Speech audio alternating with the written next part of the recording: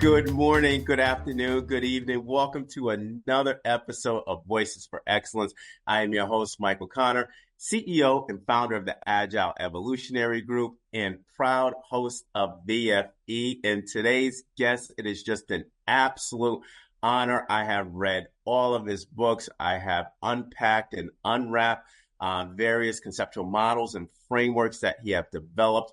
And when we talk about disruptive innovation in the context of reimagination and transformation, Michael Horn was doing this in what I call the BC stage of education before COVID-19. So now I guess it got a little flavor and it got cool in the AC stage of education, which is the AC stage of education.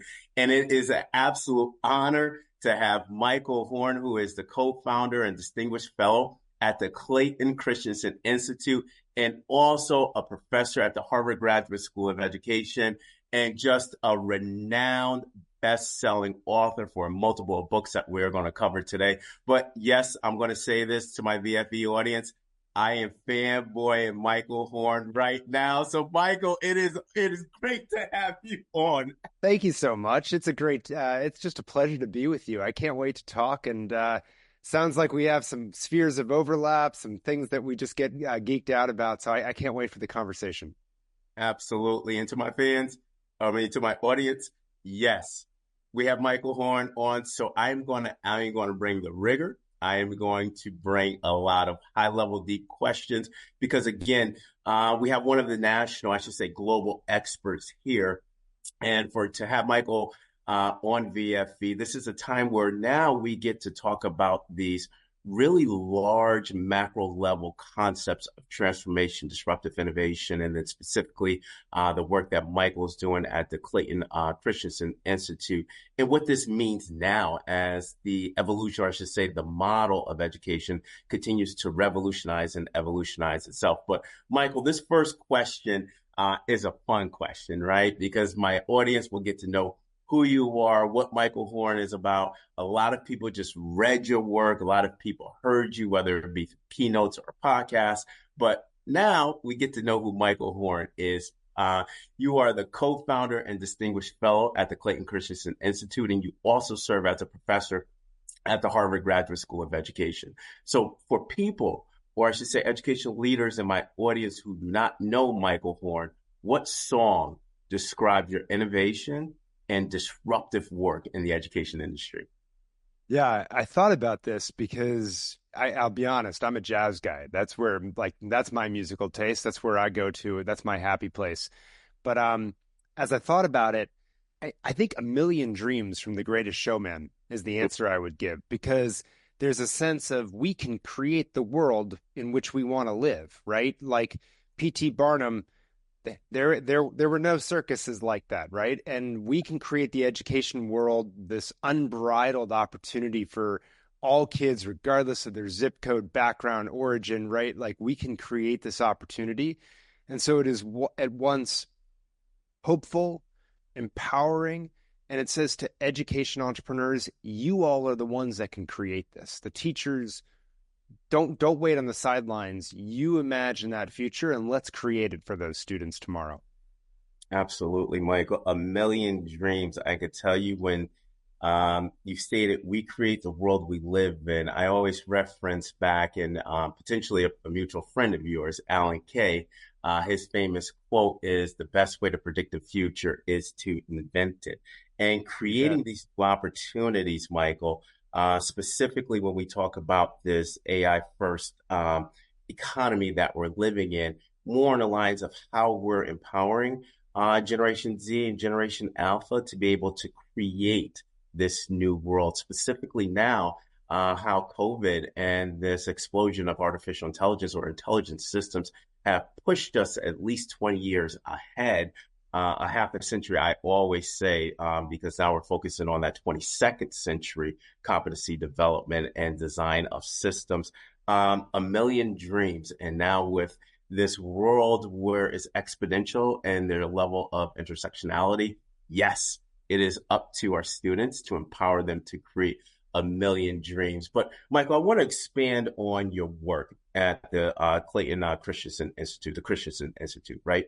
It is a world-renowned organization that provides different organizations and businesses, right, refining their business model concepts focused on outcomes. Now, one of the frameworks I have rooted in my work since, Michael, the early 2000s, yes, the early 2000s is the disruptive innovation model. In the AC stage of education, after COVID-19, for my listeners and viewers who don't know what AC stage of education is, these disruptive models have become a necessity in the sector to act as a guidepost for transformation.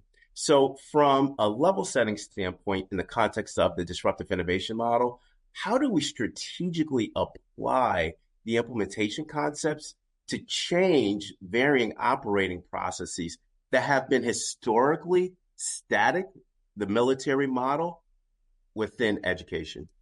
Yeah, well, first you're right. Static, command control, very top down, right? We talk about how, No Child Left Behind started to hold accountable schools for outcomes, except that they didn't give them any of the means to the inputs to change the way that chairs are arranged, right? And so you just would never innovate that way in any other sector, and yet we've asked our educators to, which is crazy. Just to quickly for your audience define the term disruptive innovation, because I think it's something people hear disruptive. Oh, I don't know if I want that. Like that's Michael Horn in middle school. I don't know if I want that kid in my class, right? Uh, so what we mean by it is it's an innovation that comes along that it's actually initially it looks like, well, that's not as good as the best, right? So Conmigo tutoring system, right? Well, that's not as good as Michael Connor getting to tutor me one-on-one. Clearly, I would learn more from you. But for the kid that doesn't have access to you because your time's limited, that Conmigo tutor, better than the alternative, nothing at all. And that's where disruptions get their start, where the alternative is nothing because they're a game changer in terms of access, convenience, affordability, and so forth.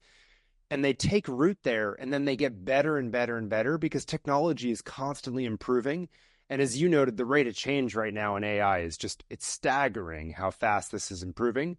And so what at one point is primitive, at another point we say, yeah, actually, I'd like that as well. And people in the mainstream system, it's not that they're saying Michael Connor's still not a better tutor. It's that they're saying, well, that's actually good enough and it's more affordable. I'll take the Conmigo. Thank you very much. Right. And so that's how disruption changes systems over time. It's when the mainstream starts to say, no, thanks. I'll take the good enough with the affordability and accessibility always on. And that's how we see change. And for a school system, to me, what this is you got to find those pockets like yesterday where you can start trying these things at no risk with students, right? I get it. Educators are very, small c conservative. They want to be very careful about innovating when students are around. Although I'll note the status quo is also its own risk because we know it's failing large numbers of individuals. But like, put that aside for a second. Find those areas, find those pockets. We can't offer a particular class. Well, what if we use technology to do it in a very different way? We can't offer tutoring. What if we used it? We can't create, a business plan for kids to come up with some entrepreneurial idea to solve a problem in their community. Well, these are the places where we can implement radically different designs of teaching and learning. Let them start there. Let them start small. Let us perfect it, iterate. And if it's successful, other teachers and students and parents are going to say, I want to be part of that thing and start to move into it over time. And so I say it sounds super jarring, but innovation is actually a gradual process, right? It's, how did you go bankrupt? Gradually, then all at once, right?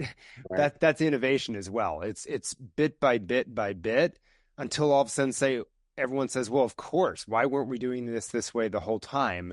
Well, because we were learning, we were getting better, and more people were saying, I want to be part of that train, that revolution. Absolutely. And Michael, I want to highlight on something, right, where you alluded to it around this gradual process of innovation. I always like to say innovation is a large body of work that we see, small scale for changes and increasing the change in the step function manner, right? But you used a phrase and a word I would say before COVID was taboo in education, right? radical different Mm. designs when I think of new models.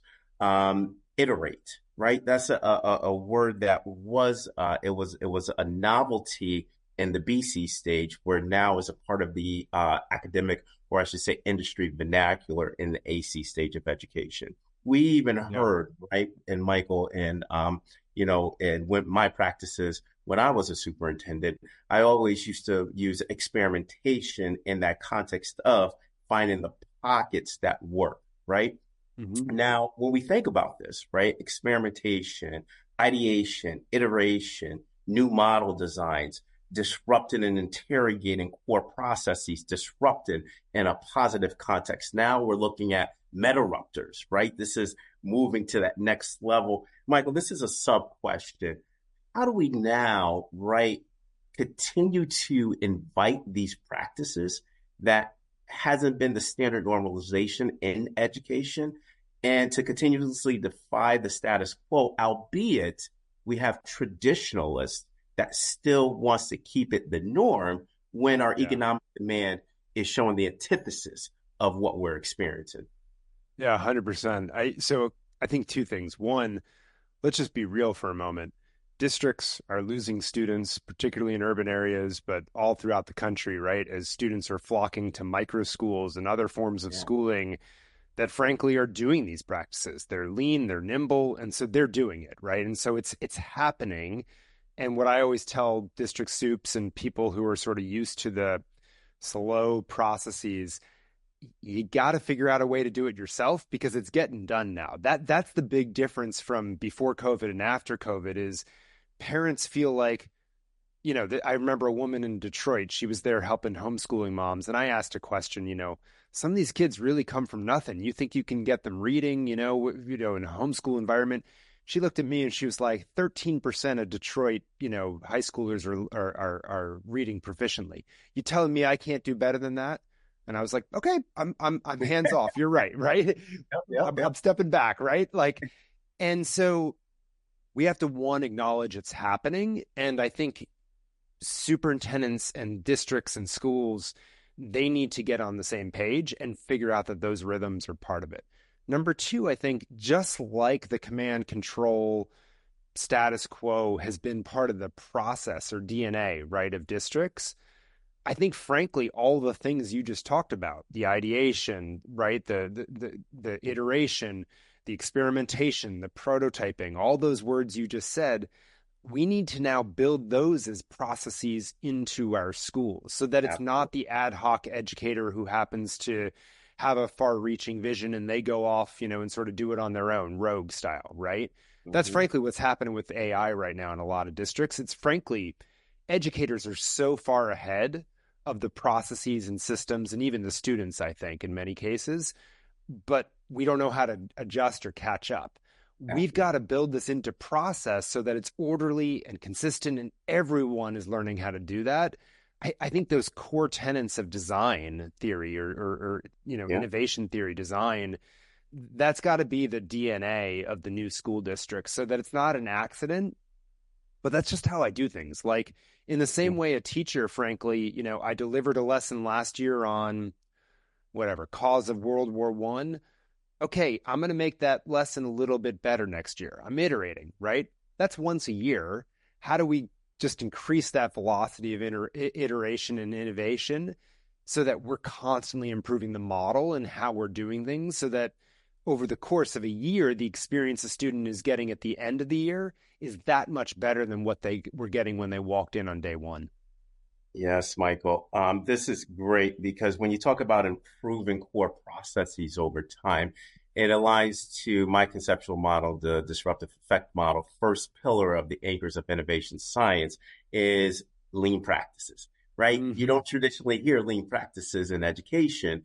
However, when you talk about this constant iteration of improving processes, those learning milestones, and continuing to build on the milestones that again is aligned to lean processes. I love how you talked about the innovation theory and core tenets around that, and control and demand.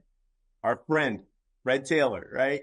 Top down Yeah. versus Peter Drucker's work, which is dynamic work, which is Bottom up, my friend. You mentioned Comigo, and as you were talking about that and using that example, it just was referencing back the 1984 study of Benjamin Bloom, the Two Sigma problem.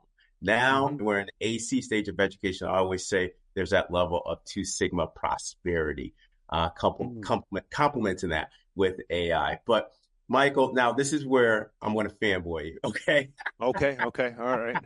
I read Gonna all sit your back. books. Michael, I read all your books. I read all your books. I'm not gonna lie, I read all your books. The two classics I love to reference all the time is Disrupting Class, how disruptive innovation will change the way the world learns, and the second book, which is Blended, using disruptive innovation to improve schools. Now, we will get to your new book in a moment, but what are the major themes that should be integral in the context of innovative design in a digital paradigm that is Yeah. revolutionizing the global economy? So, we're going to talk about a mutual friend. I want to be able to level set around exploitation and exploration. Yes, I brought up Professor Michael Tushman. Yes, you Michael, love did. you. Miss you. But when we talk about now the concepts that you developed in those books from an exploitation exploration lens, what does that exploitation looks like in the AC stage of education Oh, with that's your such book? a good question. Such a good question. So here's my take: is exploitation or sustaining innovation, right? In Clay Yeah. Christensen language. It's so interesting to me, by the way, this is an aside. I love Michael Tushman's work. It is so parallel to Clay Christensen's work. And sometimes I know people are like, oh, they say different things. And I'm like, no, they don't. Step back. They're swimming in the same direction. Right. So I I just had to read I want to Clay's say that. Michael. I Yeah. had to read Clay's book, and then of course, Professor Tushman's book, Lead and Disrupt.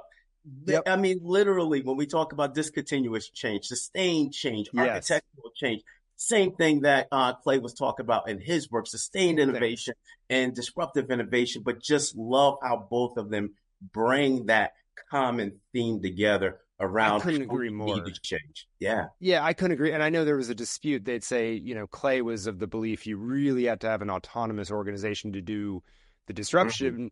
And Michael would say, well, no, core organizations can do it themselves. But then his examples were always autonomous groups within the organization. And Clay's examples were always autonomous groups within the organization. So I was like, you guys agree. You guys agree. Yeah. But so okay, so that geeking out aside for a moment. So the exploitation to me, and this is what we say in Blended, right, is that every single classroom, if you're not flipping the classroom or doing a station rotation tomorrow, like you're doing something wrong, because every single classroom in America, it's an easy step to start to personalize learning for every single child and give them far more opportunities to not just learn knowledge. I'm not one of those guys that says knowledge is irrelevant. It's still important, but I want to do something with it. I want to apply it in a project to develop my critical thinking, communication, et cetera, skills, right? And so, um, from my standpoint, using the technology in those ways is sort of just the no brainer. And I saw a study recently, like all these math tutoring programs. So Khan Academy, iReady, like iExcel, like you name it. They Mhm. all have Dreambox Learning. They all have great studies behind them, like, really boosting learning.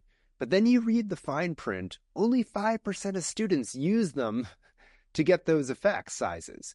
And you're Yeah. like, what's going on with the other 95%? And my Correct. take is it's a couple things, but one of them, I think we're not building nearly enough engaging stuff to get more students excited about different topics.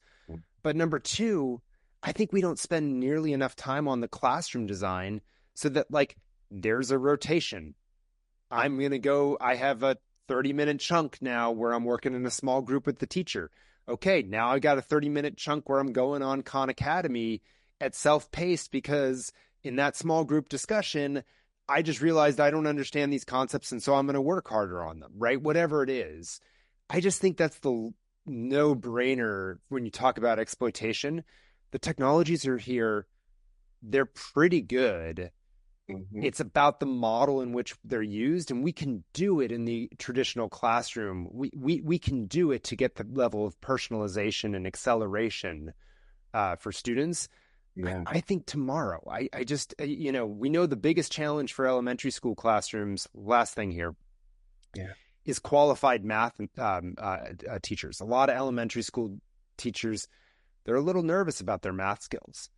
I got news for you. Like for the kindergarten, first, second grader, getting them on ST math for like 25 minutes a day, that would be for, look, not 20% of kids, but 80% of the kids, it would be a huge improvement over what they have right now. And the teachers, it's not that they'd be irrelevant. They'd be working with the kids and they'd have a backup there to backstop them when they're not sure about a concept, to really make sure that no one's falling through the caps or that they're giving information that's not not correct, right? And so Yeah. I think there's just huge opportunity. Excellent, Michael. Michael, two sub variant questions or variances based off of your responses. When I think of this level of disruption, right, Mhm. and specifically looking at it from the disruptive innovation theory, you were very Okay. intentional of how you use this phrase, classroom Mhm. or lesson design. When I think about the static military approaches from the first industrial model, we'd always say classroom lesson planning. Yeah. Michael, if you can distinguish first, I like to say the first industry, or I should say the first stage of the Industrial Revolution, classroom lesson Yeah. planning versus the fourth Industrial Revolution, classroom and lesson design. What are the differences? Yeah. To me, in the the first industrial revolution design, you walk into a classroom, you know where the front of the room is because that's where the teacher's desk, that's where the chalkboard, that's where they stand, and they stand and deliver, right? Yeah, And the lesson plan is all around whole class, pace guide, right? We're moving in lockstep. yeah, When we're talking about, the jump into the fourth industrial revolution or whatever you want to call it, right? These new models, I don't think we're talking about classrooms anymore. We're talking about learner studios. We're talking yeah, about learning environments, right? We're talking, mhm, and that all of a sudden says, even beyond a learner studio, learning environment, I can learn digitally. I can learn in my mhm, physical learner studio. I can learn outside of the four walls of the classroom in my community and yeah, be learning. Because look, let's be real. The kids are always learning. It's what are they learning and where are they learning it? And so um, that's how I think about it, is that all of a sudden we don't have a front of the room. right, Each student, right, is getting what they need when they need it. yeah, That doesn't mean it's isolated or individualized. It's still very, there's lots of opportunity for group work, group fun, group collaboration, yeah, group, I sometimes people say, oh, I don't want my kid teaching the other kids because that's that teacher being lazy and shifting work onto my kid. That's how you, as a kid, when you teach something, that's how you really master the material.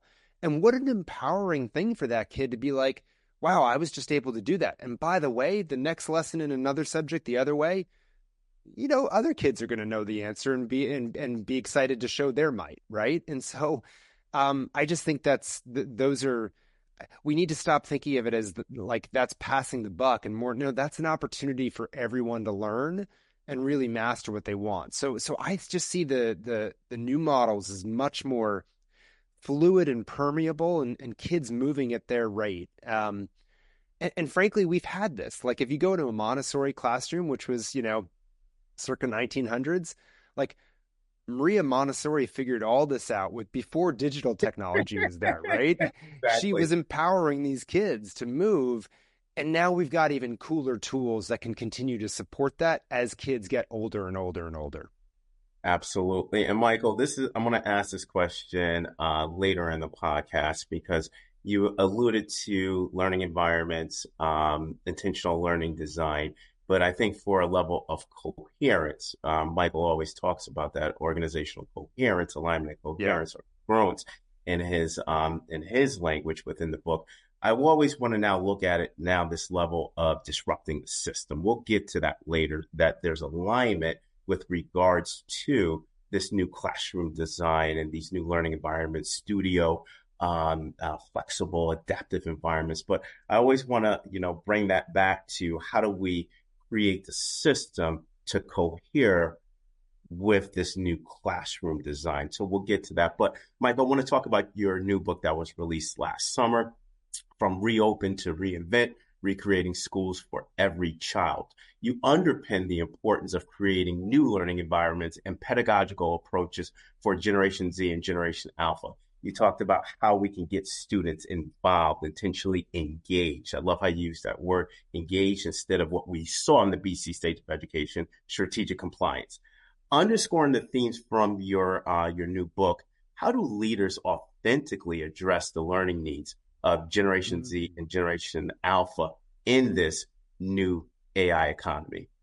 Well, that's such a good question.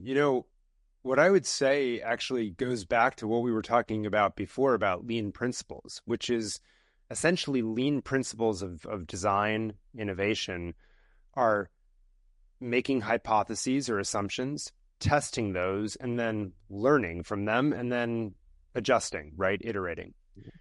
That's the scientific method. And that is how we learn. It's not just how we design.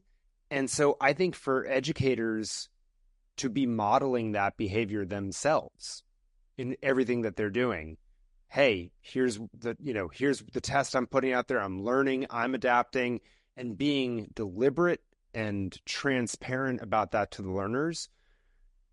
I think that sets it a huge example that's extremely authentic, that says, like, this is how we learn. And by the way, when I fail, I don't think of it as a bad F word. I think of that as a small F, failure, because it helped me learn from my mistakes. And so that's the second thing. And then I guess the third thing I would say is don't hide from it. Like, knowledge of AI. So you can actually demonstrate learning by saying, I'm going to get smarter about what the AI is. I'm going to show how you learn the knowledge that I need to understand what these things are. That's awesome, because we are actually trying to build lifelong learners in this day and age who are going to constantly be up leveling their own skill sets and knowledge bases. And so you actually show, I'm going to make the investment, and I'm not always going to know the answer. And that's okay, because I'm willing to ask the question and model that. And if you know the answer, that's awesome, because I'm going to allow you as the kid to update my thinking. And then we're showing we don't believe in these hierarchies. Right. We just Right. want the right answer to up level us and make progress. So Michael, that's how I would think about it. Michael, I love that, because you talk about lean principles of design. And to my audience, this is one of the answers that you want to play back, Michael. I always encourage my audience and my viewers of VFV to use this as an asynchronous professional learning mechanism, where that they can go back, play specific answers, expand, explore, research on various sentiments. And this is one of the answers I would want my audience and viewers of VFV to go back and play, because again, when you talk about lean design of principles or lean principles of design, goes back to my first pillar in my conceptual model, the anchors of innovation science, lean practices. You put it in a very simplistic form. I inundate it with a lot of business and academic jargon in my book. But yes, Michael, I hypothesize or developing hypotheses, testing it, and scaling best practices when we see outcomes. I always encourage, and again, this is new language I've been encouraging leaders across the country, is to treat various tenets, processes within the actual operating model as an MVP, a minimal viable product, where Yes. it's that whole constant concepts of R&D and L&D in this parallel implementation with one another. But Michael, thank you for expanding upon that, because I don't think we as educators lean on lean principles of design, innovation by design enough, because I was just at a conference where I provided the preliminary, and I said that the precursor or the pretext to AI and digital reimagination is that we have to adopt these principles of being lean, so that the AI, there's a lot of coherence and alignment, but more on the lines we're understanding and learning the impact and influence that's having on our students as well as our schools. Anything you'd like to add to that, Mike? Yeah, I mean, I think what you just underpinned is the important thing, which is the technology is the secondary question. Process and purpose is where we need to start our conversations. And all too often, I find when I'm out with districts or speaking at different conferences or whatever, is Mhm. like they want to know what the thing is. And I'm like, Right. no, we got to think about what the processes and purpose and why is. And once we've answered that and start to build in these things, then we can figure out, okay, this is the latest technology, we'll drop it in, right? But if we Absolutely. don't have our processes and our foundation right, then like you're just layering AI over, the first industrial revolution, top down classroom. What fun is that? And on top of which, yeah, like AI hallucinates and all these things. If we've given it as a source of truth, like we do with our textbooks, we're just misleading kids, right? In my view, and so it's got to be in, I think, a setting where that testing and learning is actually a core part of the learning model itself, because then it makes sense. So, yeah. No, Michael, great point in that. And I want to go into the next question because I think it segues nicely because we're talking about innovation and artificial intelligence is becoming synonymous in this AC stage of education. So when I think about this, right, that we're seeing this evolution, these meta-ruptors of AI, various intelligent platforms and systems that we're seeing. So beyond just applying technological tools, right? What suggestions do you have for leaders regarding developing meaningful professional learning focused on innovation, creativity, and AI? Because when I think about now this level of standardization of what we do in education around professional learning, I see an incongruence or a misalignment with the necessary capabilities that's needed for these 22nd century systems, right? 22nd century structures, i.e., or I should say, e.g., the learning studio that you're talking about. Yeah. So, how can we start creating meaningful professional learning series for our teachers and leaders regarding programs, tools, and strategies? Great question. And at least from my perspective, it starts again with modeling, right? What we want Yeah, learning to look like. And it's not the 3 times a year someone like you or me comes in, delivers a all-day workshop, and it's relevant to some teachers. So they're super attentive. It's not relevant to some because they already understand it, and it's not relevant to others because it's just like not on their radar screen. And so they're all grading homework, right? While we're working our tails off.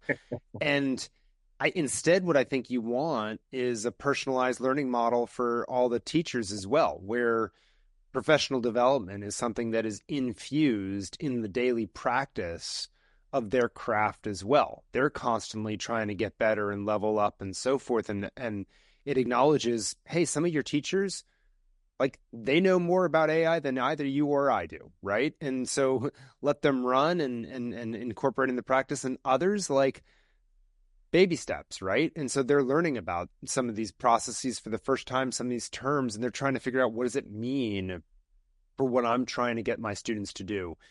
And I think all that centers two things. Number one, it centers, what are the outcomes we're trying to get for our students? Let's start there. And then two, let's make sure we're providing personalized processes and pathways for the teachers to be able to proceed in the way that makes sense for where they are in their craft, to help more and more of their students get to those promised outcomes that we think are important. absolutely, Michael. I love how you said personalized processes for our leaders and our teachers. I always say that if we're going to make radical shifts in the context of pedagogy, we need to make the same alignment with regards to andragogy, adult learning, radical shifts 100%. around this whole professional learning model that is more personalized. But Michael, I can tell you, if you were standing in front of me and I have my pen and paper, we're going to add the third element of learning, pedagogy, self-directed learning. Uh, Whatever Michael's saying, I'm going back and I'm expanding on it. But Michael, when I want to bring this for level setting purposes for this next question, right? Disruptive and sustained innovation. one of my value proposition, and for my educators out there, theory of action, is that we need to start creating R&D learning ecosystems for the 21st century. Completely defies the old operating model that we're so used to: static, more sequential. If there's a bottleneck that goes on, there's immense stalemate where there's that level of exacerbation with regards to access gaps, opportunity gaps, whatever it may be. Yeah. From a systems, from a systems level shift regarding various processes, apparatuses within the operating model, right?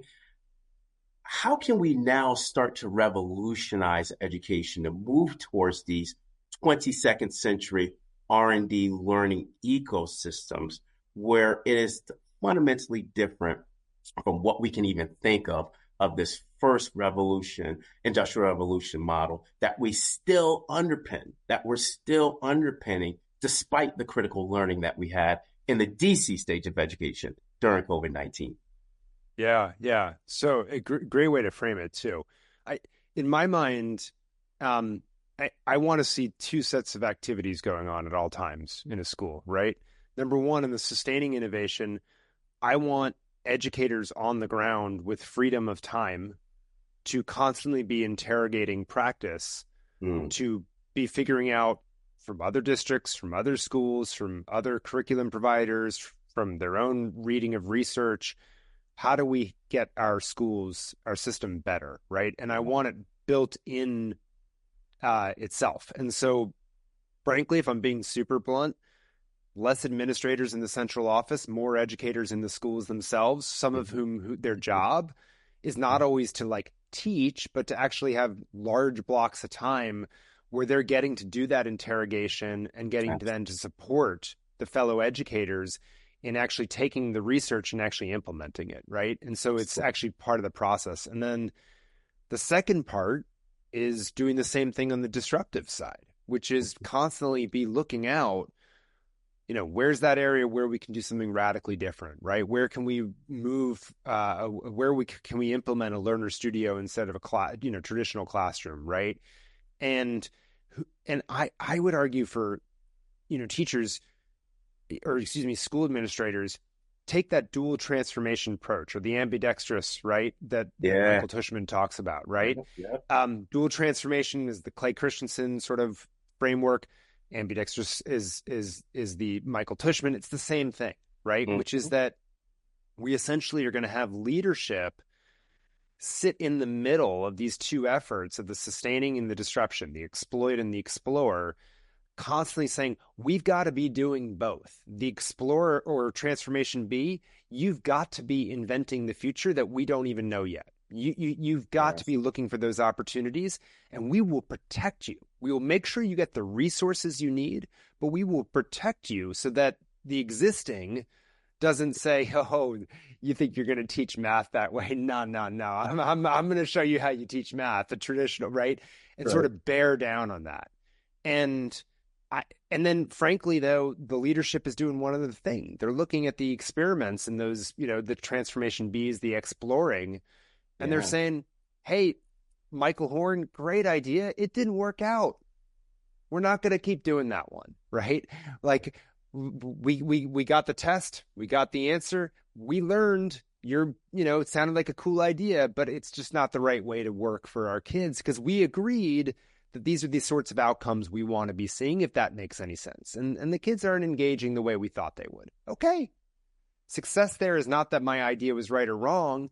It's success as we learned something and we were able to make a decision of go, no go, right? And that's what leadership is sitting in the middle there, really navigating both sides of this and helping each side march forward and do the R&D that they need to do to be able to actually put these things into action and make decisions of, do we stick with it or do we sunset it? Yeah, Michael, I appreciate your answer because I think the greatest polarity that we're experiencing in education is this equilibrium between sustained innovation as well as disruptive innovation and how we can be able to level set that and leverage both in this polarity manner, so that we can move towards this R&D learning ecosystem of the 22nd century. I was a part of an author study of my book, Michael, and I had a great question, and it resonated with me. And they said, Dr. Connor, we have 71 years left in the 21st century. Why are you focusing on the 22nd century? I said there are two things why we're focusing on, even though there's 71 years left, the pandemic coupling the evolution of AI has moved us forward a half a century, right? So when we think about it, and we're already now 2 years in, I should say 2 years into this whole context of the AC stage of education, actually going into year 3, that leaves us 18 years to prepare for Generation Z and Generation Alpha because of what the pandemic and the explosion of AI done.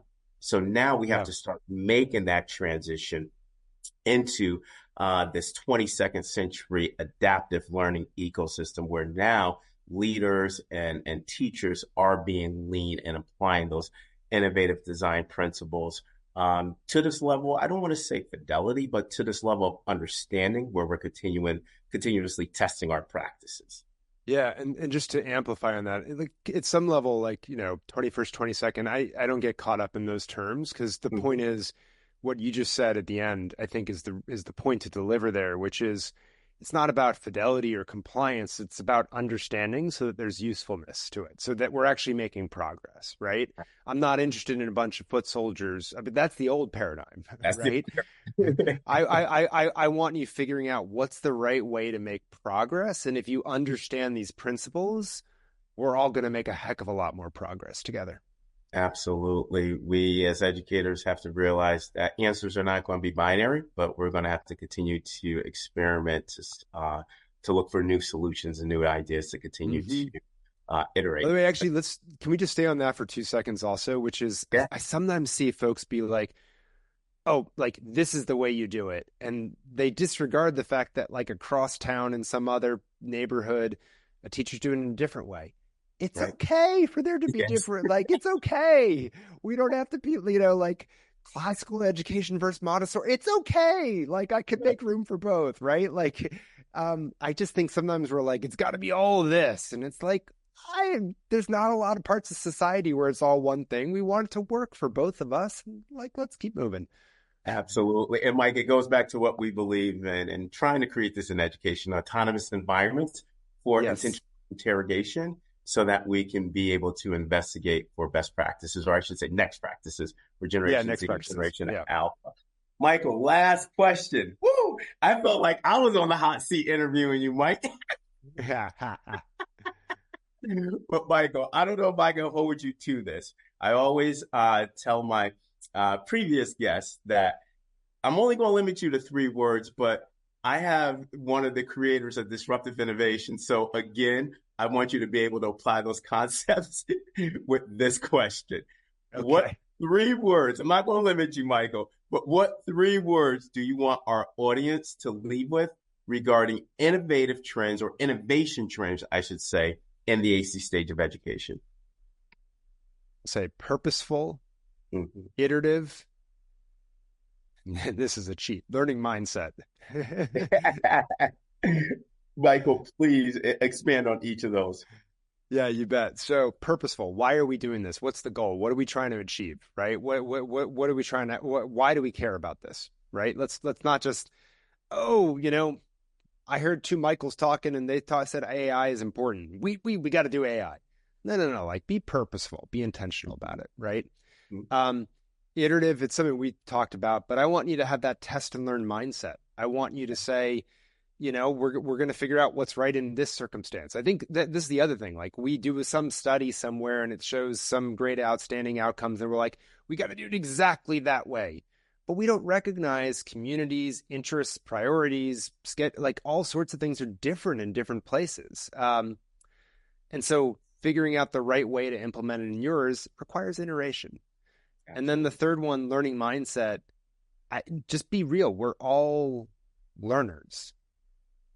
And what a cool thing to be the educators learning to show the young generation that we are all learners. Like, what a cool opportunity. So you got to have that learning mindset. Absolutely, Michael. Purposeful, iterative, and learning mindset in the phrase that resonates with me and will stick with me, Michael. We are all learners. Michael, thank you for coming on VFE. It is an absolute honor. If my audience or viewers want to reach out to you, contact you with any questions after this episode, how would they be able to reach you? Yeah, you bet. My Substack is Michael B. Horn, Future of Education. If you subscribe, you can just message me or comment with me there, and I'll engage directly. Or obviously on the platform formerly known as Twitter X, I'm at Michael B. Horn, and LinkedIn as well. You can get a hold of me. So those are probably three good ways as any.